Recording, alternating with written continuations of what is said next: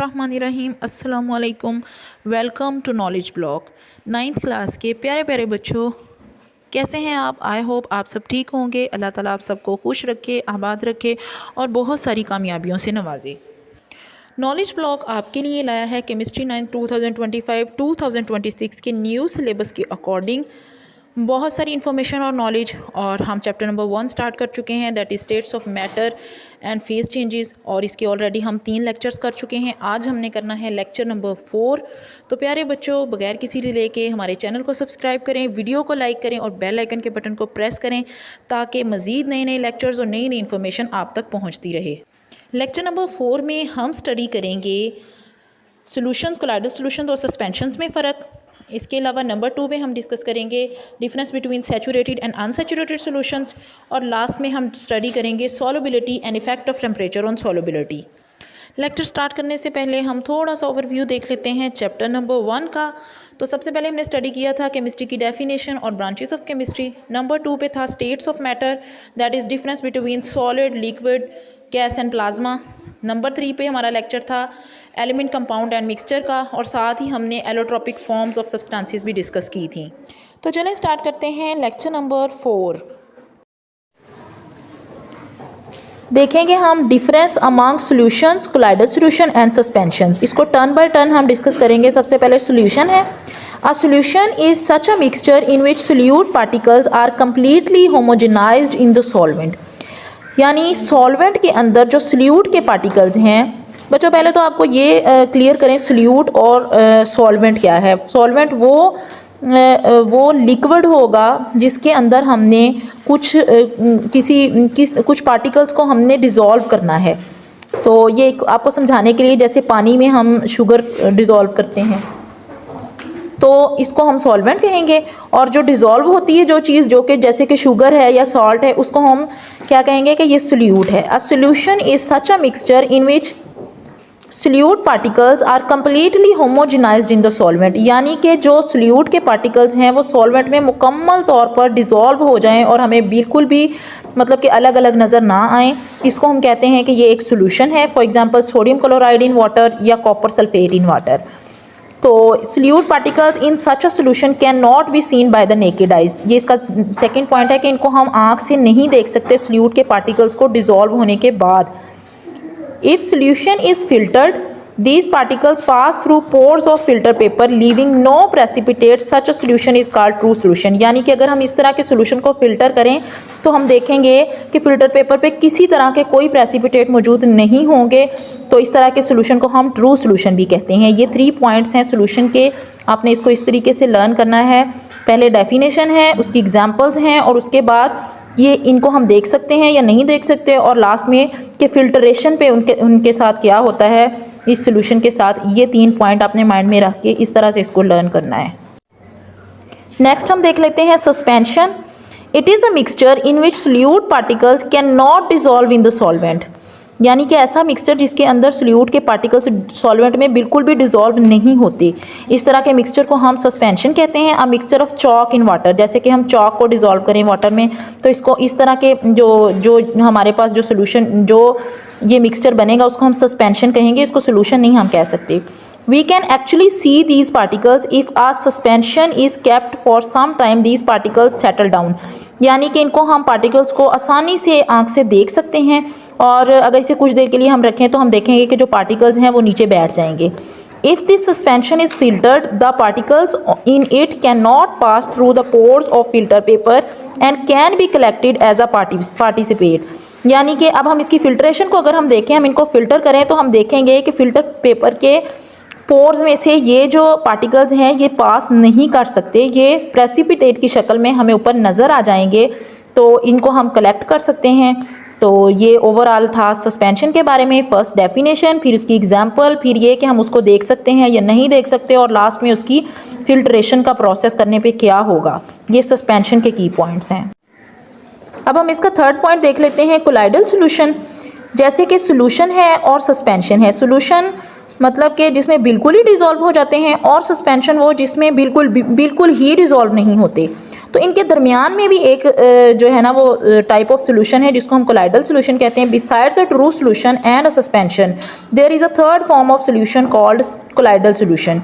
In this type the solute particles do not homogenized with solvent, यानी कि solvent में solute के particles जो हैं वो बिल्कुल डिज़ोल्व नहीं होते, बिल्कुल डिज़ोल्व नहीं होते, बिल्कुल मतलब ऐसे नहीं कि वो आपको नज़र ही ना आए, जैसे कि स्टार्च सोल्यूशन या एग वाइट का सोल्यूशन जो है।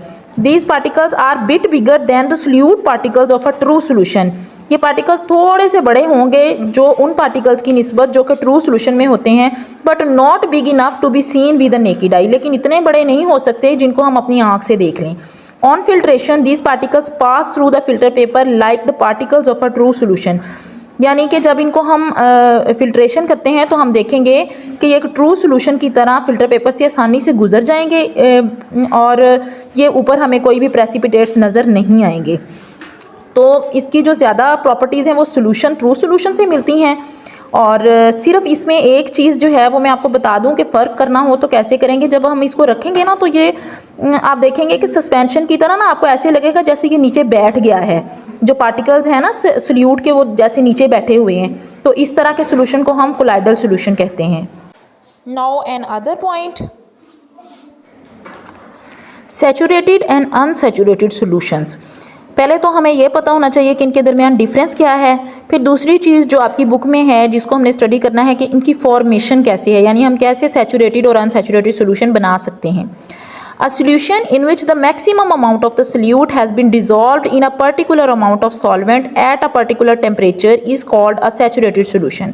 यानी हमने एक ख़ास टेम्परेचर रखना है और उस टेम्परेचर पे हम देखें कि वो मैक्सिमम अमाउंट ऑफ सोल्यूट जो कि एक ख़ास अमाउंट ऑफ सॉल्वेंट में डिज़ोल्व हो जाती है, तो इसको हम कहेंगे कि ये एक सैचुरेटेड सोल्यूशन हमारे पास बना है। इतनी अमाउंट सॉल्वेंट सोल्यूट की सॉल्वेंट में हो डिज़ोल्व हो जाए कि उसके बाद मज़ीद वो मतलब उसके अंदर डिज़ोल्व होना बिल्कुल बंद हो जाए, तो इस तरह के सोल्यूशन को हम सैचुरेटेड सोल्यूशन कहते हैं। और अगर हम as comparison to saturated solution unsaturated solution की डेफिनेशन देखें तो a solution which can dissolve more amount of solute at a particular temperature is called unsaturated solution, यानी कि वो स्टेज जिसमें अभी और सोल्यूट सॉल्वेंट के अंदर डिज़ोल्व हो सकता है उसको हम कहेंगे कि ये अनसैचुरेटेड सोल्यूशन है। तो इसकी फॉर्मेशन अगर हम देखें तो इसकी फॉर्मेशन ये है कि take about 100 gram of water in a beaker, add to it 5 gram of table sugar and stir, यानी उसको हिलाएं 5 ग्राम शुगर डाल के, उसके बाद उसके अंदर और शुगर ऐड करें, अगेन एंड अगेन ऐड करें। तो a time comes when no more sugar will dissolve in water at this temperature, this is a saturated solution, यानी उसी टेम्परेचर के ऊपर एक टाइम ऐसा आएगा जब मज़ीद उसके अंदर शुगर डिज़ोल्व नहीं होगी, उसको हम सैचुरेटेड सोल्यूशन कहेंगे। अनसैचुरेटेड सोल्यूशन की फॉर्मेशन की अगर हम बात करें तो ये बहुत सिंपल है। Take 100 gram water in a beaker and add 5 gram table sugar and stir, now add some more 5 gram sugar and this is an unsaturated solution. यानी कि इसमें मतलब ये पॉइंट तो नहीं है ना कि उसके अंदर मजीद सोल्यूट डिज़ोल्व नहीं हो सकता, ये ऐसा पॉइंट है जिसमें और सोल्यूट डिज़ोल्व हो सकता है और इजीली डिज़ोल्व हो सकता है। तो इस तरह के सोल्यूशन को हम कहेंगे कि ये एक अनसैचुरेटेड सोल्यूशन है, यानी अभी इसके अंदर और कैपेसिटी है मजीद सोल्यूट को अपने अंदर डिज़ोल्व करने की। Now the next topic is solubility. The solubility of a solute is the amount of solute which can dissolve in 100 gram of a solvent at a particular temperature। यानी ये इसकी definition है और ये है कि एक पर्टिकुलर टेम्परेचर पे 100 ग्राम सॉल्वेंट में जो किसी भी सोल्यूट की जो क्वांटिटी डिज़ोल्व हो जाती है उसको हम उसकी सॉल्युबिलिटी कहते हैं। यानी जितना वो डिज़ोल्व हो जाएगा 100 ग्राम सॉल्वेंट में एक पर्टिकुलर टेम्परेचर पे, उसको हम कहेंगे कि ये इस सोल्यूट की जो सॉल्युबिलिटी है, ठीक है ना। और different solutes have different solubilities in a particular solvent. For example saturated solution of a table sugar, इसकी जो सॉल्युबिलिटी है वो क्या है कि concentration of sugar is 3.8 molar at room temperature, ठीक है। इसकी कंसंट्रेशन क्या है 3.8 मोलर है। और ऐसी सोडियम क्लोराइड को अगर हम देखें तो इसकी कंसंट्रेशन 5.3 मोलर है रूम टेम्परेचर पे, ठीक है। Solubility of a sodium chloride is far greater than table sugar, यानी सोडियम क्लोराइड की सॉल्युबिलिटी जो है वो टेबल शुगर से बहुत ज़्यादा है। तो ये आपने याद रख। अब हम देखेंगे effect of temperature on solubility of solutes, यानी टेम्परेचर का क्या इफेक्ट होता है सोल्यूट्स की सॉल्युबिलिटी पे। Change in temperature has different effects on the solubility of different compounds. Usually solubility increases with increase in temperature. Usually ऐसा होता है, लेकिन इसको आप लोगों ने मतलब कि ये कोई रूल नहीं है कि हमेशा ऐसा होगा।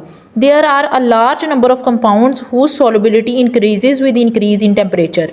कुछ बहुत सारे कंपाउंड्स ऐसे हैं जिनकी सॉल्युबिलिटी टेम्परेचर इंक्रीज़ होने से इंक्रीज़ होती है। For example potassium nitrate, silver nitrate, potassium chloride, sodium nitrate और कॉपर सल्फेट। ये ऐसे सॉल्ट्स हैं जिनकी सॉल्युबिलिटी इंक्रीज़ होती है विद इंक्रीज़ इन टेम्परेचर। इनको हम कहेंगे ये ऐसे सोल्यूट्स हैं। ये आपने ऑब्जेक्टिव के पॉइंट ऑफ व्यू से भी इसको अच्छी तरह से याद रखना है। NaCl जो कि सोडियम क्लोराइड है, टेबल सॉल्ट है जो हम आम मतलब अपनी डेली लाइफ में यूज़ करते हैं।